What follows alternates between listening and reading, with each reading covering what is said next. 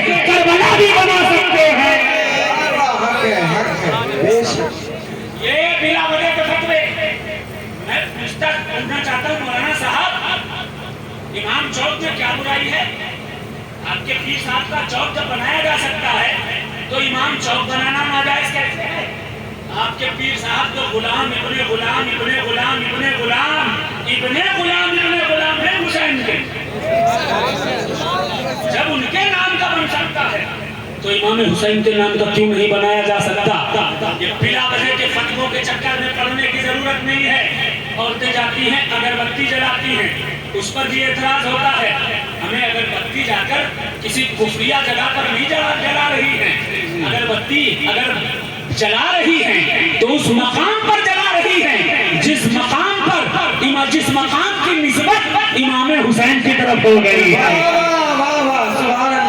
جس نے ایمان بچایا، جس نے ایمان بچایا، جس نے اسلام بچایا، جس نے شریعت بچائی، جس نے طریقت بچائی، جس نے حقیقت بچائی، جس نے معرفت بچائی، جس نے نانا کی شریعت بچائی، اس حسین کے چوک پر اگربتی جلانا بھی جائز ہے، وہاں فاتحہ پڑھنا پڑھانا بھی جائز ہے، اس کو چومنا بھی جائز ہے، اور وہاں جا کر اللہ سے دعا کرنا۔ واہ واہ، سبحان اللہ سبحان اللہ، بے شک بے شک۔ مگر دیکھا کتنی تدبیر سے کام کیا ہے جی، مولویوں کا دماغ سمجھیے، آپ دماغ سمجھیے گا، انہوں نے سوچا کہ اگر امام چوک رہے گا تو ذکر حسین ہوگا، توجہ ہے، جی جی، ذکر حسین ہوگا، اگر اگربتی جلائی جائیں گی تو امام چوک قائم رہے گا، اس لیے اگر امام چوک پر فاتحہ پڑھا جائے گا تو لوگ امام چوک کے پاس جائیں گے، تو ایک کام کرو کہ فاتحہ اگربتی یہ ساری چیزیں امام چوک کی تعزیے کے سامنے کی ناجائز کہہ دو، نہ لوگ جائیں گے، نہ فاتحہ کرائیں گے، نہ اگربتیاں سلگیں گی، اور نہ ہی ذکر حسین ہوگا، نہ آگے چل کر تعزیہ رکھا جائے گا۔ مگر میں کہنا چاہتا ہوں، توجہ کے ساتھ شعر سنیے گا، تمہارے جیسے لاکھوں آئے اور چلے گئے، نہ جانے کتنے آئے نہ جانے کتنے چلے گئے، لیکن یاد رکھو ہر ایک روح میں ہے بس وہی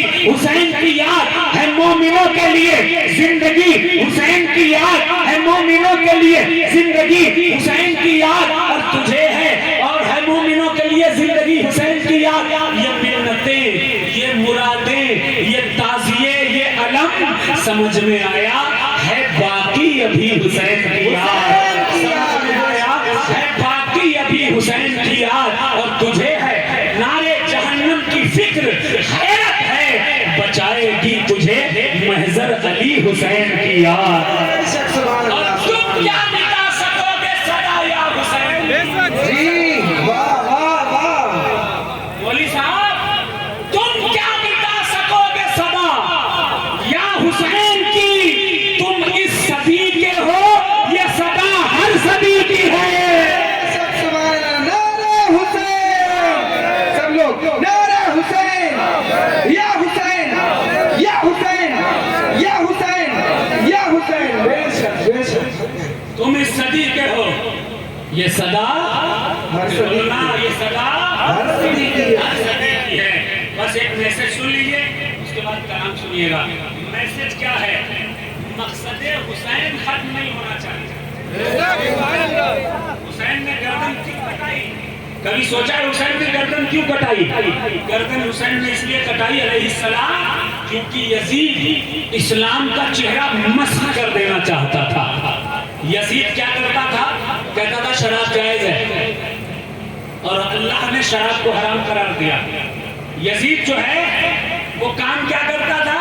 یزید کہتا تھا کہ جو محرمات ہیں، جو حرام کر دی گئی جن سے نکاح، ان سے نکاح جائز سمجھتا تھا، بدکاری کو جائز سمجھتا تھا، اور تمام گناہوں کو عام کر رہا تھا، بدکاری عام کر رہا تھا۔ اسلامی خلافت میں بادشاہت گھسیٹ دی گئی تھی۔ اللہ اللہ، ایسے عالم میں جب شریعت کا نام بگاڑا جا رہا ہو، کوئی اور اٹھے نہ اٹھے، فاطمہ کا لال کا اٹھنا ضروری تھا، علی کے بیٹے کا اٹھنا ضروری تھا، اور علی کا بیٹا جب اٹھا ہے، اللہ اکبر، اس نے اٹھ کے ظلم اور تشدد کے پہاڑوں کو سہ کر برداشت کر کے علی اکبر کے سینے پر برچھی برداشت کر لی، علی اصغر کی گردن کا تیر برداشت